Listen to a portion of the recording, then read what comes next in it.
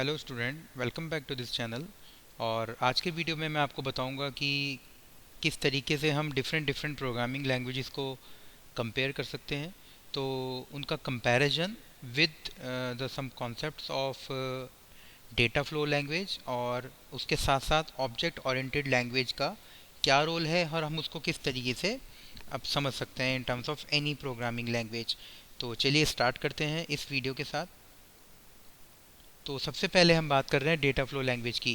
तो data flow language basically क्या है? Data flow language is known as DFL और it is sometimes it is known as DFP, that is data flow programming. तो data flow language को हम data flow programming भी बोलते हैं।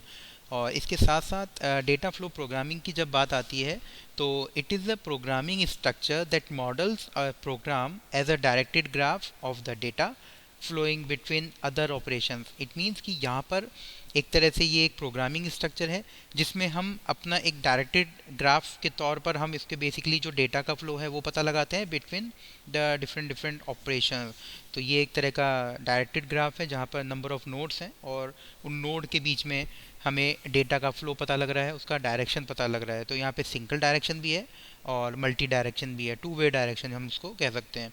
तो डेटा फ्लो लैंग्वेज बेसिकली क्या है? एक ऐसा डेटा फ्लो प्रोग्रामिंग है जिसको हम इम्प्लीमेंट किया जा रहा है डेटा फ्लो डायग्राम को with the help of data flow language. अब एट द एंड जब बात की जाती है डेटा फ्लो लैंग्वेज की, तो data flow language in terms of research हम कह सकते हैं कि it is treated as a data stream के तौर पे यूज़ होता है instead of data flow, to avoid confusion with data flow computing और डेटा फ्लो आर्किटेक्चर। तो बहुत सारे मल्टीपल नेम्स इसके जब हो जाते हैं तो वहाँ पर हम इसको कहेंगे कि एज अ रिसर्चर जो इसको यूज़ करते हैं वो करते हैं as a data stream. At the end फिर डेटा फ्लो को जो प्रपोज किया गया था कॉन्सेप्ट, जो ये कॉन्सेप्ट आया था डेटा फ्लो प्रोग्रामिंग का जिसको हम DFL भी बोल रहे हैं, तो वो प्रपोज किया गया था through Jack Dennis. At the next slide के थ्रू हम पता लगा रहे हैं कि DFL और DFP अगर हम इन दोनों टर्म्स को कंपेयर कर रहे हैं यहाँ पर, तो data flow programming language use some features of functional programming यानी कि फंक्शनल लैंग्वेज। जैसा कि मैंने प्रीवियस वीडियो में आपको बताया था कि फंक्शनल लैंग्वेज और लैम्डा कैलकुलस, तो ये जो इम्प्लीमेंट हो रहा है तो हम DFP का जो भी हम यूसेज है या जो भी हम इसके अंदर अपने ऑपरेशन परफॉर्म कर रहे हैं वो हम करेंगे फंक्शनल प्रोग्रामिंग जैसे कॉन्सेप्ट को लेके। तो वहाँ पर हम लैम्डा कैलकुलस डिस्कस कर रहे थे, तो कहीं ना कहीं हम इसमें यहाँ पर भी लैम्डा कैलकुलस को भी हम यूज़ कर रहे हैं। तो जो कुछ फीचर्स हैं वो फंक्शनल प्रोग्रामिंग के हैं। It is developed in order to bring new functional basic concepts to a language more suitable and accurate for major numeric processing. तो DFP या DFL का जो यूज़ है basically it is applicable for numeric data also. तो numeric data के लिए भी use होता है। और बेसिकली जो DFP है हमारा या DFL है हमारा, ये as a it was known as block diagram of as a flow chart. तो फ्लो चार्ट जैसा आप लोगों ने सुना है पहले के टाइम पे कि फ्लो चार्ट क्या होता है, और उसके बेस पर data flow diagram and then अब आ रहा है हमारा डेटा फ्लो लैंग्वेज। तो ये तीनों एक हायरार्की सिस्टम है। तो पहले के टाइम पर DFL जो ये कॉन्सेप्ट आया, ये आया as a it is implemented as a flow diagram. तो नॉर्मल फ्लो डायग्राम होता है वो बेसिकली यूज़ होता है छोटे छोटे स्मॉल स्पेसिफिक प्रॉब्लम के लिए। और DFL जो हम बात कर रहे हैं ये यूज़ हो रहा है basically with the through DFD data flow diagram, क्योंकि हम DFL के थ्रू इम्प्लीमेंट कर रहे हैं अपने DFD को।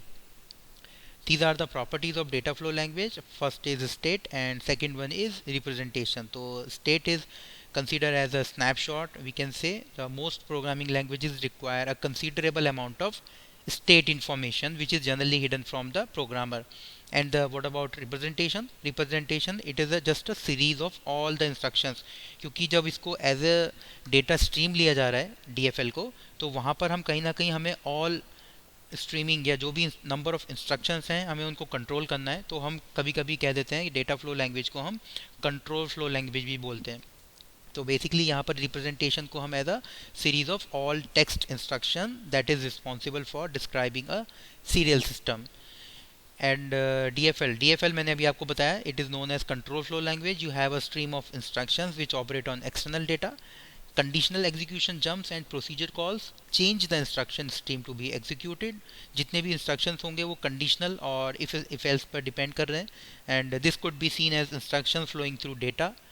तो ये इस तरीके से हम पूरा का पूरा फ्लो कंट्रोल कर रहे हैं with the help of DFL. And the last that is the control flow if statement jumps to the correct branch in the instruction stream but the data doesn't get moved. These are the examples of data flow features and languages. So spreadsheets are essentially data flow. Unix pipes, futures and promises are data flow like construct found in many modern languages, and the messaging in the actor model is data flow. तो ये मेरे यहाँ पर मैंने आपको जो बताया है वो these are the features, ये features हैं. और ये languages हैं जहाँ पर data flow जैसे concept को use किया जा रहा है. OZ has data flow variables, Groovy has gparts, and the closure has closures, and Contrim data flow, Regi and Javelin. तो these are the languages जहाँ पर data flow जैसे concept को हम यूज़ कर रहे हैं. अब ये यहाँ पर जो ये वाली स्लाइड है मेरी, ये इस स्लाइड में आपको मैं ये बताना चाह रहा हूँ कि एग्जांपल ऑफ DFL और DFP. हम DFL को किस तरीके से इंडस्ट्री पॉइंट ऑफ व्यू से यूज़ कर रहे हैं. तो DFL को एज अ पिग एक system we can say that is a software. तो it is called as a data flow language and user will define a data streaming. तो जितनी भी डेटा स्ट्रीमिंग हो रही है थ्रू DFL, वो डेटा स्ट्रीमिंग हमारी इस पिग सिस्टम के थ्रू कंट्रोल हो रही है. तो हम अपने डेटा को कंट्रोल कर रहे हैं. तो कंट्रोल करने के लिए हमारे पास basically these are the three operations. First is load, second transform and third one is dump. तो यहाँ पर user can specify a single file और एंटायर डायरेक्टरी जहाँ पर हम लोड करेंगे. सिंगल फाइल भी हो सकती है, it may be more than one file. जब हम ट्रांसफॉर्म की बात करेंगे तो there will be some operations like we can say filter, join, group, order. तो transformation process will be done through these 4 steps. अब जब डेटा को डंप किया जाएगा काम होने के बाद, या तो उसको सेव कर दिया जाए या उसको डंप कर दिया जाए, तो उस केसेस में we can say the dump the result somewhere और सेव इन अ फाइल. तो ये सब कुछ DFL कंट्रोल हो रहा है थ्रू पिग. तो यहाँ पर लिखा हुआ है कि according to the Apache Pig philosophy, Pig eat anything and live anywhere and it these are the demonstrated. तो इन हडूप, तो बिग डेटा हडूप के अंदर इस पिग जैसे कॉन्सेप्ट हम यूज़ कर रहे हैं.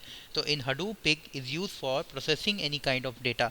It your data may be structured, unstructured and semi structured. तो अब यहाँ पर मैं आपको कंक्लूड कर देता हूँ difference between flow diagram and data flow diagram. तो जब भी फ्लो डायग्राम एक नॉर्मल फ्लो चार्ट हम इसको कह सकते हैं. फ्लो डायग्राम को it is known as a flow chart. तो ये है basically a diagrammatics representation that illustrates a solution model to a given problem.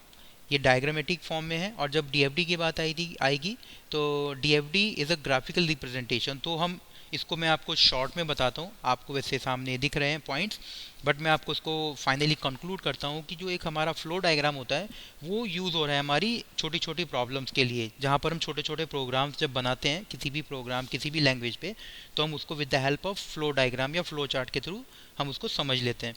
But जब बात आ रही है डेटा फ्लो डायग्राम की, तो data flow diagram basically it is use for complex system और लार्ज सिस्टम. जहाँ बड़ी बड़ी प्रॉब्लम्स हैं, हमारे पास लार्ज सिस्टम्स हैं, तो वहाँ पर यूज़ होगा आपका data flow diagram. But data flow diagram तब तक इनकम्प्लीट रहता है जब तक हम उसको एक्चुअली इंप्लीमेंट नहीं करते हैं थ्रू एनी फंक्शंस और एनी अदर थिंग्स. तो जितने हिडन पैटर्न्स हैं वो सब DFL के थ्रू पॉसिबल हैं. तो हम अपने DFD को इम्प्लीमेंट कर सकते हैं थ्रू DFL. बट लास्ट में ये बोला गया है कि help to understand the overview of the system without going into the more details. यहाँ पर हमें अपने सिस्टम को समझना है, ज़्यादा डिटेल में जाने के बजाय हम उसको कॉम्प्लेक्सिटी नहीं बढ़ानी है, हमें उस सिस्टम को और ज़्यादा परफेक्ट करना है वी कैन से. तो इसके अकॉर्डिंगली ये फ्लो चार्ट और डेटा फ्लो डायग्राम में डिफरेंस है. अब ये जो मेरा टॉपिक है, next topic that is object oriented language, ये मैं आपसे नेक्स्ट वीडियो में डिस्कस करूँगा. आपको मैं इस वीडियो को लेके आऊँगा नेक्स्ट वीडियो जब मैं आपको अपलोड करूँगा. सो अगर आपको ये वीडियो पसंद आया हो तो इसको आप लाइक करें, शेयर ज़रूर करें वीडियोस को. So thanks for watching.